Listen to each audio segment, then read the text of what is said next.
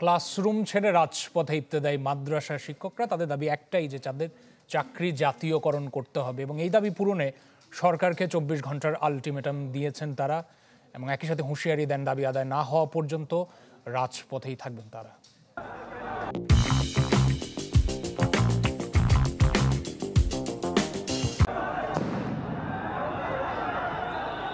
ইবতেদায়ী মাদ্রাসার শিক্ষকদের ওপর পুলিশি অ্যাকশনের এই ছবি রোববারের, যার প্রভাবে নতুন মাত্রা পেয়েছে আন্দোলন।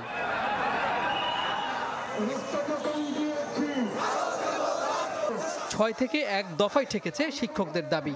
সকাল থেকেই ঢাকা বিশ্ববিদ্যালয়ের চারুকলা অনুষদের সামনের সড়কে অবস্থান নেন তারা। হুঁশিয়ারি দেন ইবতেদায়ী মাদ্রাসাগুলোকে জাতীয়করণ করেই ঘরে ফিরবেন। সরকার আমাদের উপরে বই দেয় বা তাদের যে নীতিমালা আছে সেটা প্রণয়ন করে, সিলেবাস আমাদেরকে দেয়, প্রশ্ন দেয়, কিন্তু আমাদের আদৌ কোনো বেতন দেয় না। গতকাল আমরা প্রধান উপদেষ্টার কার্যালয়ের দিকে পদযাত্রা শুরু করেছিলাম স্মারকলিপি দেওয়ার জন্য।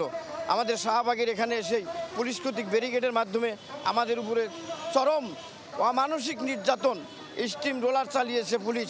সরকারি প্রাথমিক বিদ্যালয়ের ন্যায় আমাদের জাতীয়করণের আশ্বস্ত করেন। যতদিন পর্যন্ত আমাদের এই স্বতন্ত্র ইবতেদায়ী মাদ্রাসা জাতীয়করণের আশ্বস্ত সরকার বাহাদুর করবে না, ততক্ষণ পর্যন্ত আমাদের এই কর্মসূচি আমরা চালিয়ে যাব। চাকরি জাতীয়করণে সরকারকে মঙ্গলবার বেলা 2টা পর্যন্ত সময় দেন আন্দোলনরত শিক্ষকরা।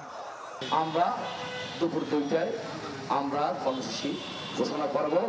কালকে 2টা পর্যন্ত আমরা মাননীয় শিক্ষা উপদেষ্টা মহোদয়ের কাছ থেকে আমরা সঠিক একটা সিদ্ধান্ত চাই।